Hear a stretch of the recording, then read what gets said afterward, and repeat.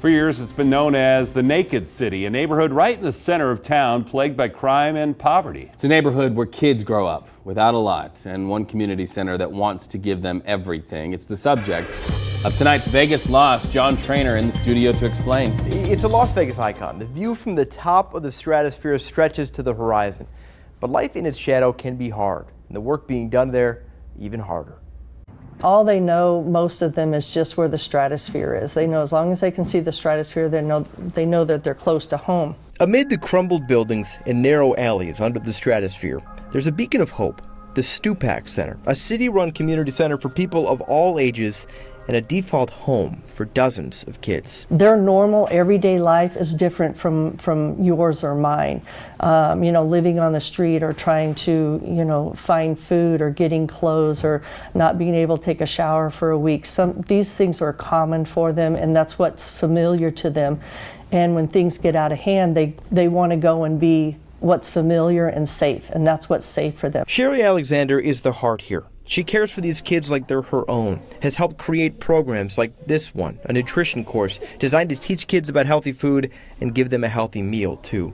Many of these kids are what you can call at risk. To illustrate what kind of need there is at the community center, we're told that at least one of the kids we talk to spends his nights here, just feet away, sleeping in a park with his parents. We have to show them a different way. We have to show them a different lifestyle, things that they can have and things that they can do, and make them feel safe, to go after those things. Stupak is funded by the city. Some programs bring in money, grants provide some more.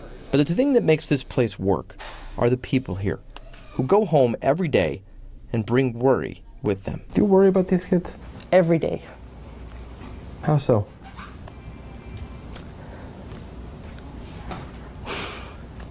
I worry if they're out on the street, if something's going to happen to them.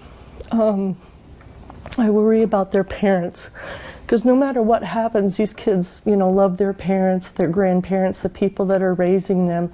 And a lot of times, they struggle, if they don't have a job or, if they have some kind of an addiction. These kids have to see this. These are things that they're traumatized by that, it's not something that kids should have to worry about. They shouldn't have to worry about where their next meal's coming from.